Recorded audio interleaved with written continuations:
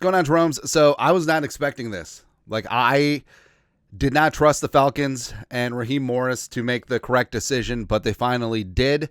As it's been reported that Kirk Cousins has been benched after 14 games, $100 million fully guaranteed. And Michael Penix Jr., number 8 overall pick out of Washington, the guy that I love a lot, is going to be starting the rest of the way.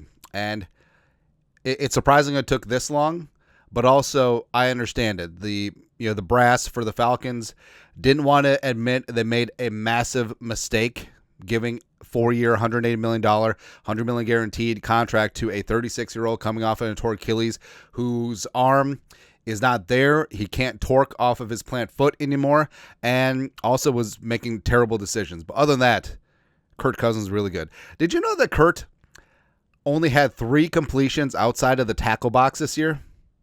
Isn't that insane? And Penix can spin it. Like, Penix is going to be a stud. But, of course, I mean, you can't escape the history. With the Vikings and Kirk Cousins, he was here for 6 years, multiple fully guaranteed deals. I mean, pretty Ricky Spielman, 3 years, 84, 2 for 66, essentially gave Kurt 5 years, $150 million fully guaranteed. All right. And then when the Vikings made the decision to let Kurt go, he took the money and ran, probably was tampered with by the Falcons. Like, hey, with all the tampering, you didn't know that this is going to happen. It's weird. But then the Falcons, after they signed him, turn around and drafted Penix, number 8 overall. Looks like a good plan at this point, right? And all the storylines have been, the Vikings moving on to the quarterback position, Kurt leaving, signing for all the money because that's all that he's about. And also, did you know that his wife is from Georgia? Did you know that? Yeah.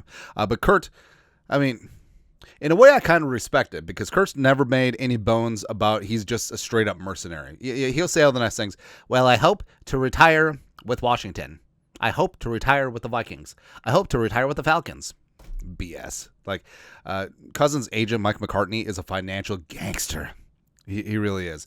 And the Vikings moved on with Slinging Sam Darnold, a.k.a. America's quarterback. 1 year, $10 million deal, $45 million per with $100 million guaranteed over 2.25 years. I don't know. But also it's funny, after the Falcons, after the Vikings broke up with Cousins, he signed with the Falcons and they drafted Penix.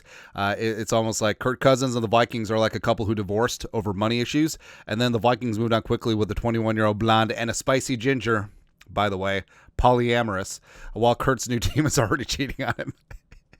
14 games, probably should have been a lot less than that, man.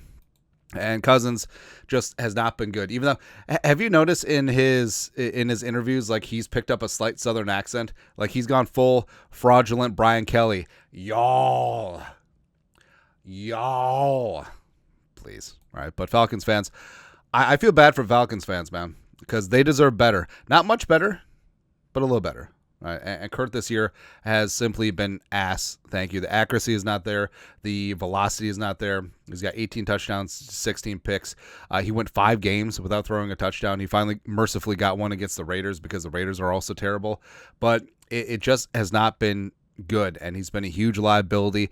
They haven't been able to run play action with him under center because he simply cannot move anymore, and it was an issue. All right, so now it is time for Penix with the Falcons, and I think that he's going to be great. I think Penix is going to be really, really good. But also, now they're talking about ramifications. Like, what happens if they cut Kirk Cousins? Now, people have already said, hey, if the Falcons cut Kurt, there is offset language in his contract, so it's a lot like Russell Wilson and the Broncos. How about you bring Kurt back to back up J.J. McCarthy next year if Darnold leaves? No. Having quarterbacks with potential in the hopper makes sense. I don't want a 37-year-old retread that potentially could divide the locker room, all right? Because everyone says all the nice things about Kirk Cousins, but they say that because he's not here. And then adding Kurt back into this mix, no bueno. But first off, you know what Kirk Cousins misses. Like, he's got weapons in Atlanta, sure, but Zach Robinson is definitely is no Kevin O'Connell, right? And I know that reportedly Kevin O'Connell wanted Kurt back, but I'm really, really happy that Kwesi's just said no, right? A lot of people owe this man a huge apology. A lot of people were pissed about letting Kurt go. It's like, you drafted J.J. McCarthy, you signed Sam Darnold. It seemed to work out. Pretty pretty good. I think Kwesi and Kevin O'Connell have earned the benefit of the doubt, and they're good to go. But, I mean, Kurt, like we said, it was real. It wasn't fun. It wasn't real fun. But, yeah, again, I feel bad for Falcons fans, man. Is what it is. Hey, at least it is Penix time in the city. I think Michael Penix Jr. is going to be a stud. And since he's 24, it's better to start him now versus later, because then, I mean, blink and then Penix will be just as old as Kirk Cousins, like 2 seasons. That's what happens, man. But 14 games, $100 million fully guaranteed. Well, everyone won, right? I mean, the Vikings moved on. They got the quarterback right now with Darnold. They got the quarterback of the future with McCarthy.